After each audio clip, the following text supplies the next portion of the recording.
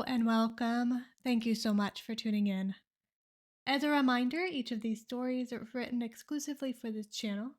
So if you would like to support these creative efforts, please hit that like button and subscribe. As for the story, it is a break in story, but I think you'll be surprised where it goes. Let's get into it. It's late afternoon, this Minnesota January, which means it's already dark. I stare outside, sighing and shivering at the snow piled so high that a car could hide behind it. I glance down at my new puppy, a small, light colored golden doodle that I can pick up with one hand. She's only 11 weeks old, and like a human baby of a similar age, she needs to use the bathroom every few hours. I've had to drag my tired butt outside in the cold and often in the dark so that this puppy can do her business. And she doesn't go right away.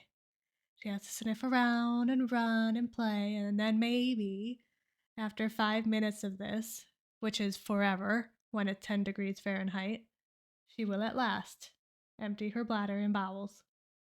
I love this dog, but taking her out in the freezing cold every few hours irritates me. And I promised my future self that I would never again get a winter puppy while I live in this climate.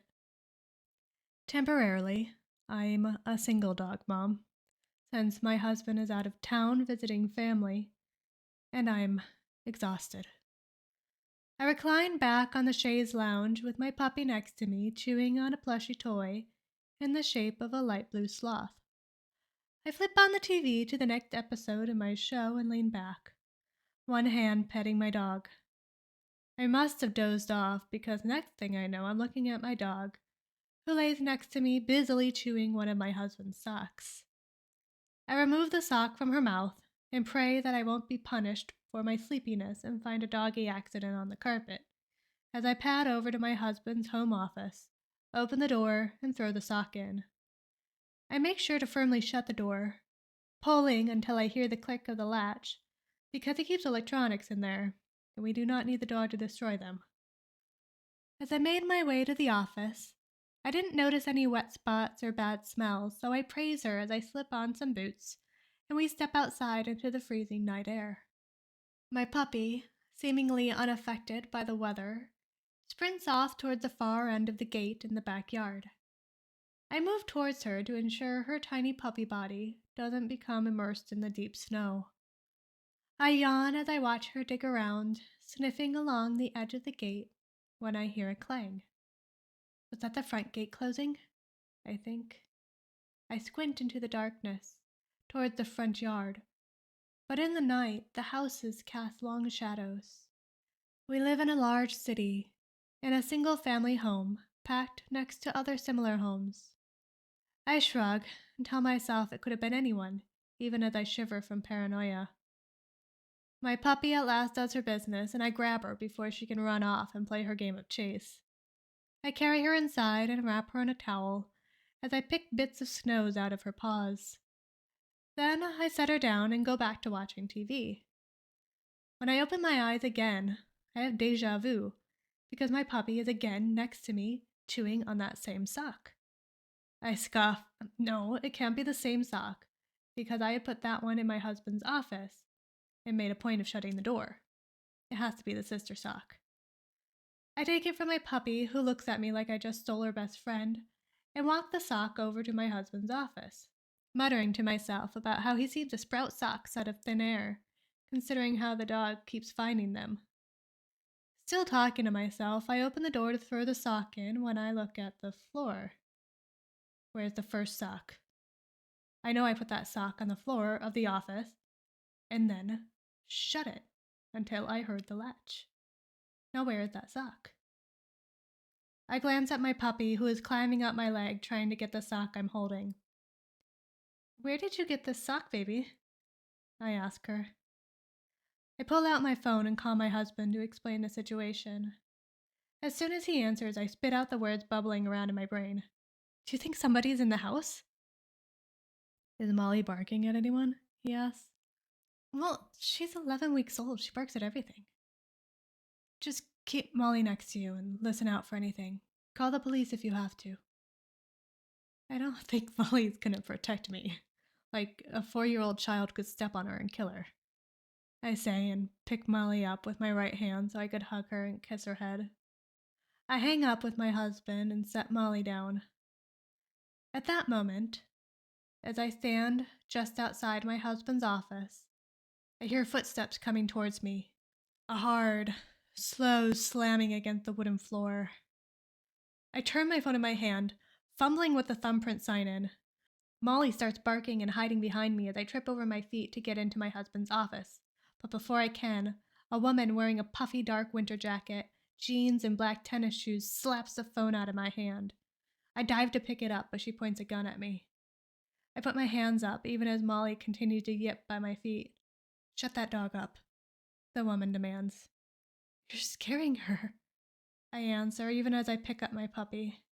I hold her close to my body and gently pet her. Her presence comforting me, even though she's useless as a guard dog. The woman uses the gun to point at the couch.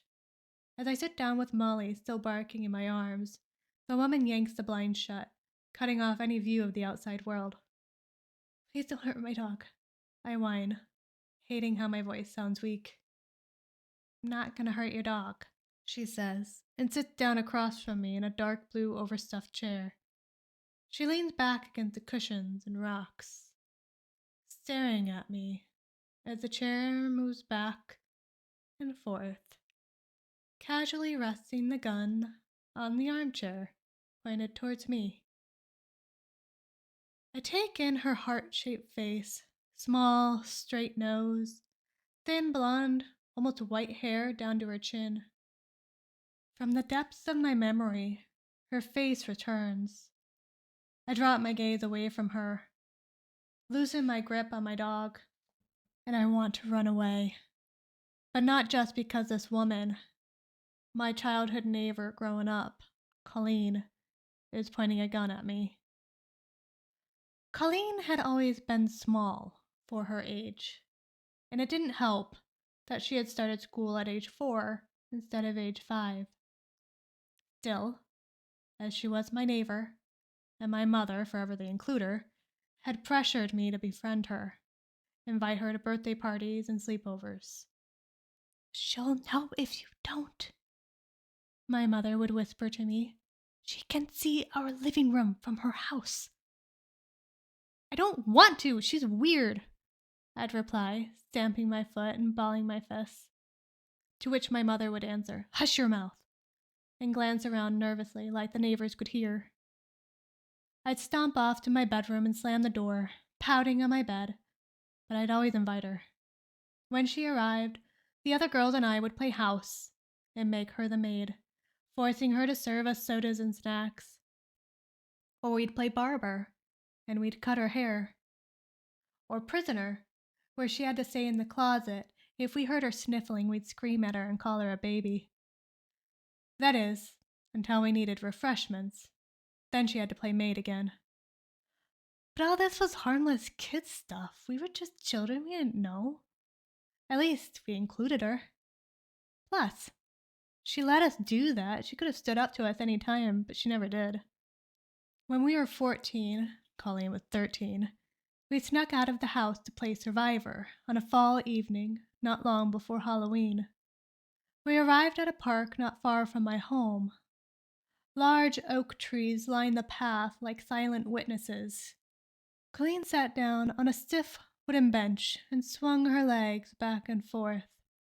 I stepped up to her with my hands behind my back, giggles erupting from my throat like firecrackers. I could hardly get the words out when I said, Colleen, I have a present for you. I bent over laughing, almost dropping my present.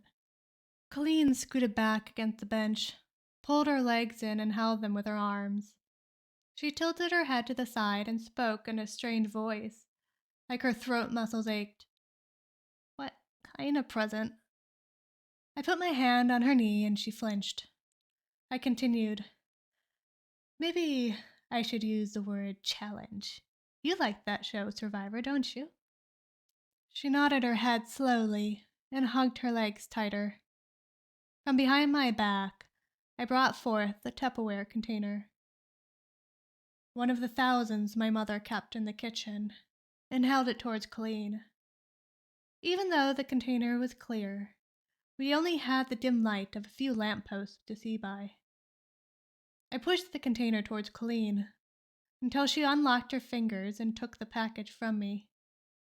She popped open the container, and the foul, putrid smell hit us. I covered my face with my sleeve and backed away from her. "Okay," I said to her. "My doggy left you this gross food challenge this morning. You have to eat the whole thing or you won't pass." She held the dog poop away from her body and mumbled, "Come on." "Colleen, you have to do it," I said, and pushed her hand holding the poop back towards her. Her lips trembled. "Can't I just do another challenge? Eat a hot pepper like I did last week?" I put my hands on my hips and leered down at her. "No, this is your challenge." The other girls joined in. "Eat it, Colleen, or we won't hang out with you anymore. And we'll tell everyone at school you ate poop." At last, Colleen took 2 fingers and dipped them in the feces. She held her fingers before her face and put them in her mouth. "Chew it," I yelled. Colleen's jaw moved up and down lightly, as if she could hold the poop in the center of her mouth and somehow not touch it. In the end, we made her swallow and eat more. For the rest of high school, everyone called her Fart Breath. I come back to the present, and there's Colleen, still rocking in my chair, smiling slightly as she watches Molly do her business on the floor. She laughs and says, "I think you know what to do. That is, unless you don't want to pass the gross food challenge." Thank you so much for listening. If you enjoyed this story, there's another break-in story to check out on the screen now. It's one of my favorite stories that I've ever written so far, and I promise it does not involve feces in any way. So I'll see you in the next one.